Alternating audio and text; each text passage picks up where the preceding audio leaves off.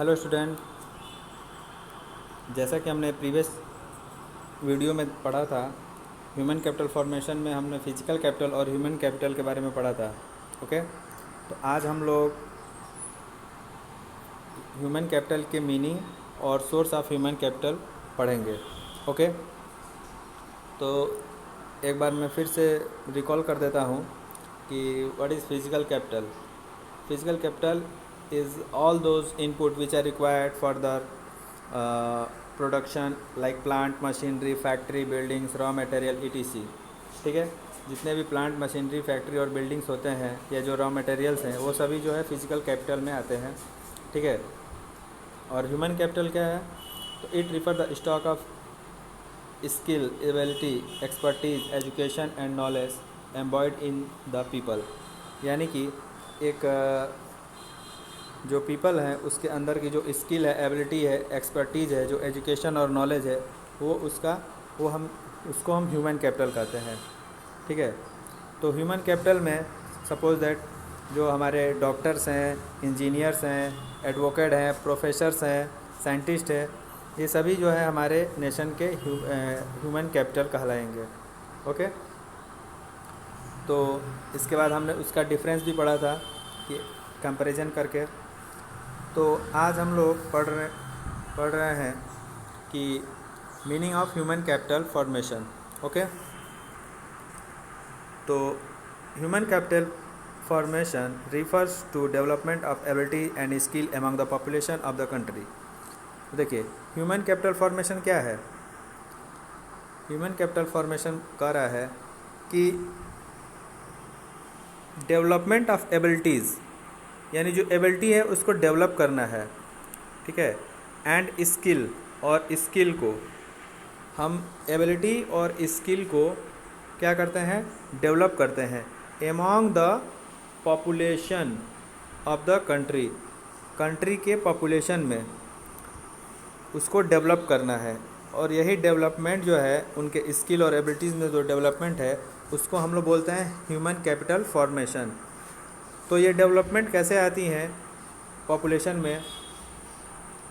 तो उसके कुछ सोर्स हैं। ठीक है, तो आज हम लोग पढ़ेंगे उस सोर्स के बारे में कि what is the source of human capital formation. Okay, तो first one is expenditure on education. Okay, तो इसमें है कि proper utility of man power can be proper utility of man power depends on the system of education and training of people.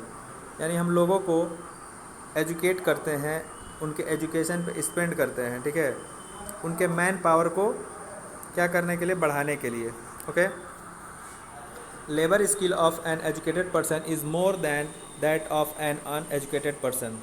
तो जो एक labour skill है एक educated person का, ठीक है, जो एक पढ़ा लिखा व्यक्ति है उसका जो लेबर स्किल है वो ज़्यादा है comparison to an uneducated person. ठीक है, अब देखिए, spending on education by individual is similar to spending on the capital goods by company. Individual invest in education to increase their future income and raise living standard. जो individual invest होता है education में वो क्या करता है? हमारे future income है उसको बढ़ाता है और हमारे लाइफ स्टैंडर्ड को भी बढ़ाता है। ओके, सेकंड है एक्सपेंडिचर ऑन हेल्थ। हम हेल्थ पे क्यों एक्सपेंड करते हैं पैसा? तो ये भी तो बहुत ज़रूरी चीज़ है हेल्थ।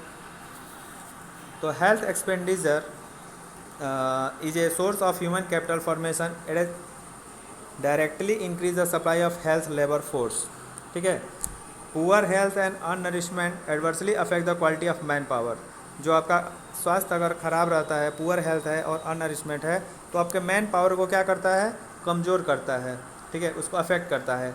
एक sick labour without access to medical facilities is compelled to abstain from work and there is loss of productivity.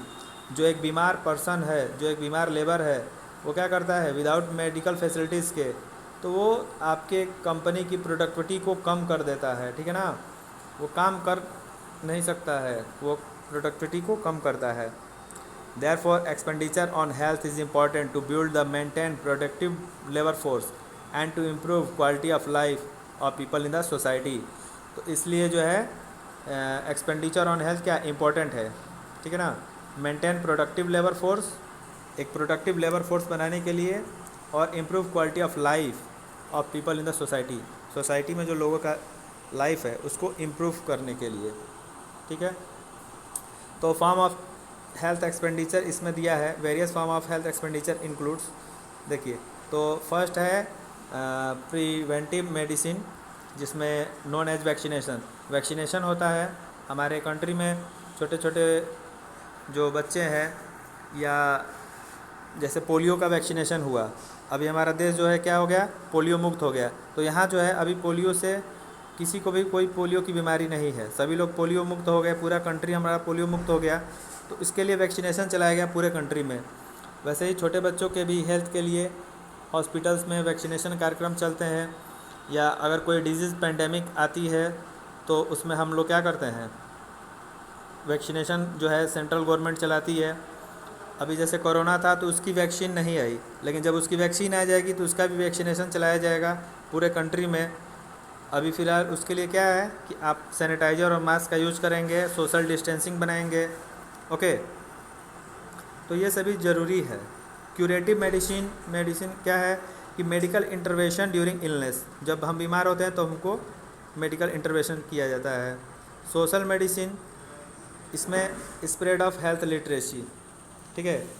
हम हेल्थ लिटरेसी को क्या करते हैं, फैलाते हैं, लोगों को जागरूक किया जाता है उस बीमारी के प्रति, उसमें उनको बताया जाता है जैसे कोरोना वायरस कैसे फैलता है, उसमें क्या हमको सावधानियां बरतनी है, ये सभी कुछ, okay. Next one is on the job training. On the job training क्या है, state earlier productivity of physical capital is substantially enhanced with the improvement in human capital. Due to the reason many firms provide on the job training of their workers। देखिए, बहुत सारी जो companies हैं वो क्या करती हैं, अपने वर्कर्स को ऑन द जॉब ट्रेनिंग देती हैं, यानी कि जॉब करते समय उनको बीच बीच में ट्रेनिंग के लिए कहीं ना कहीं भेजा जाता है। उस ट्रेनिंग से क्या होता है, उनको जो नई नई चीज़ें आती हैं उसके बारे में जानकारी हो पाती है, ठीक है। Such trainings has the advantage that they can be provided fast and without much cost, ठीक है ना। It increase the skill and efficiency of the worker and lead to an increase in the production of and productivity। ये क्या करता है, उसके skill और efficiency को इंक्रीज करता है, वर्कर्स के स्किल और इफ़िशियंसी को इंक्रीज करता है और प्रोडक्शन और प्रोडक्टिविटी को बढ़ाता है, ओके। अब देखिए, ऑन द जॉब ट्रेनिंग में take different forms. On the job training के बहुत सारे फॉर्म्स हो सकते हैं। तो first one is workers may be trained in the firm itself under the supervision of a skilled worker. या तो जो वर्कर हैं वो उसी कंपनी में ही किसी स्किल्ड वर्कर से उसके अंडर सुपरविजन में ही वो ट्रेनिंग ले सकते हैं, या वर्कर्स में भी send for off campus training, या फिर उन वर्कर को ऑफ कैंपस ट्रेनिंग भी दी जाती है, ठीक है। जैसे कोई बैंक का मैनेजर है, उसको ऑफ कैंपस ट्रेनिंग के लिए भेजा जाता है, वो ऑफ कैंपस ट्रेनिंग में जाता है और ट्रेनिंग करके आता है, तो फिर अपने ब्रांच के लोगों को ट्रेन करता है, ओके। फिर क्या है, वो तो ऑफ कैंपस ट्रेनिंग करके आया और ब्रांच में सारे जो और वर्कर हैं उन सबको वो ट्रेन कर दिया। जैसे अभी हमारे यहाँ राफेल जो है, राफेल लड़ाकू विमान आया है, तो उसके लिए भी ट्रेनिंग है।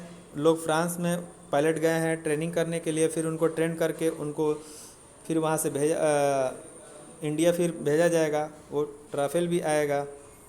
तो उस तरह जो है on the job training, job के दौरान ही ट्रेनिंग भी होती रहनी बहुत ज़रूरी है, ठीक है।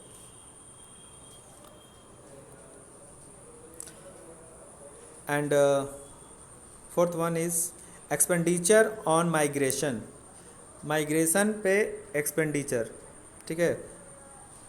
माइग्रेशन क्या होता है, एक स्थान से दूसरे स्थान को हम जाते हैं, ठीक है, स्थानांतरण जिसको बोलते हैं। People migrate from one place to another in search of jobs and fetch them higher salaries. लोग क्या करते हैं, एक जगह से दूसरे जगह तक जाते हैं अपने जॉब्स के लिए और हायर सैलरी के लिए। ओके, तो unemployed people from rural area migrate to urban area in search of job. जो अनएम्प्लॉयड पीपल होते हैं रूरल एरिया के, वो माइग्रेट करते हैं कहाँ पे, अर्बन एरिया में। और technically qualified person like engineer, doctor migrate to other country because of higher salary that they have may get in such country. और जो टेक्निकली क्वालिफाइड होते हैं, जैसे जो डॉक्टर हैं, इंजीनियर्स हैं, वो माइग्रेट करते हैं एक कंट्री से दूसरे कंट्री में, ठीक है। जैसे इंडिया छोड़ के वो यूएसए में चले गए या ऑस्ट्रेलिया चले गए हायर सैलरी के लिए, ठीक है।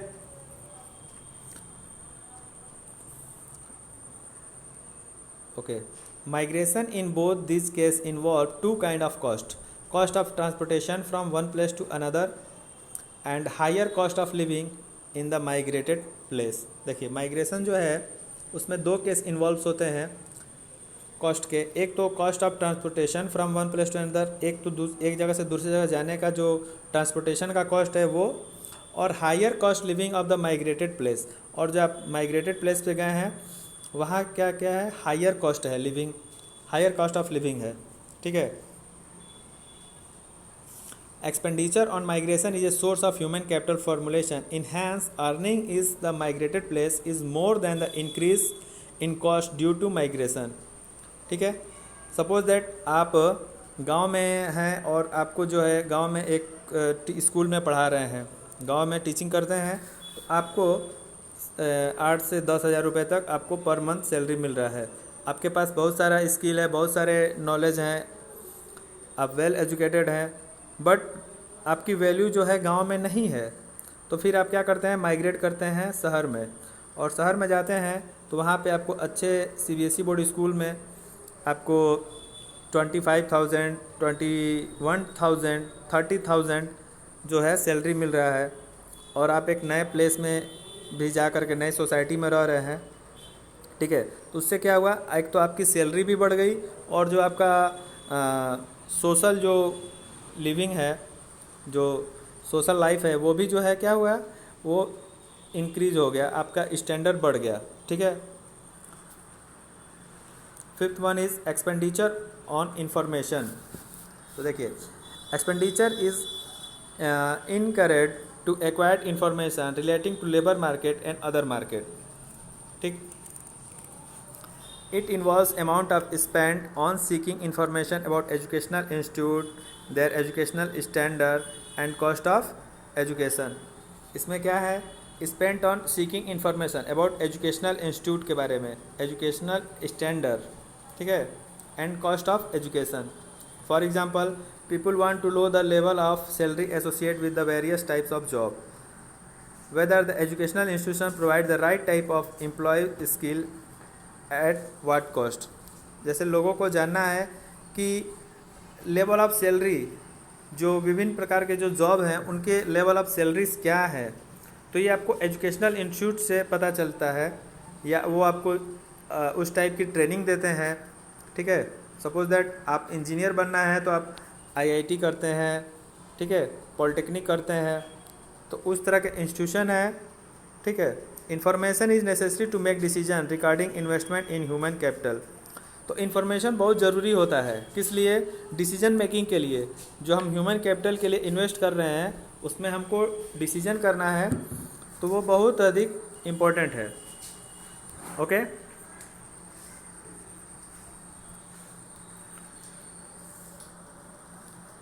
information as well as for efficient utilization of the acquired human capital stock।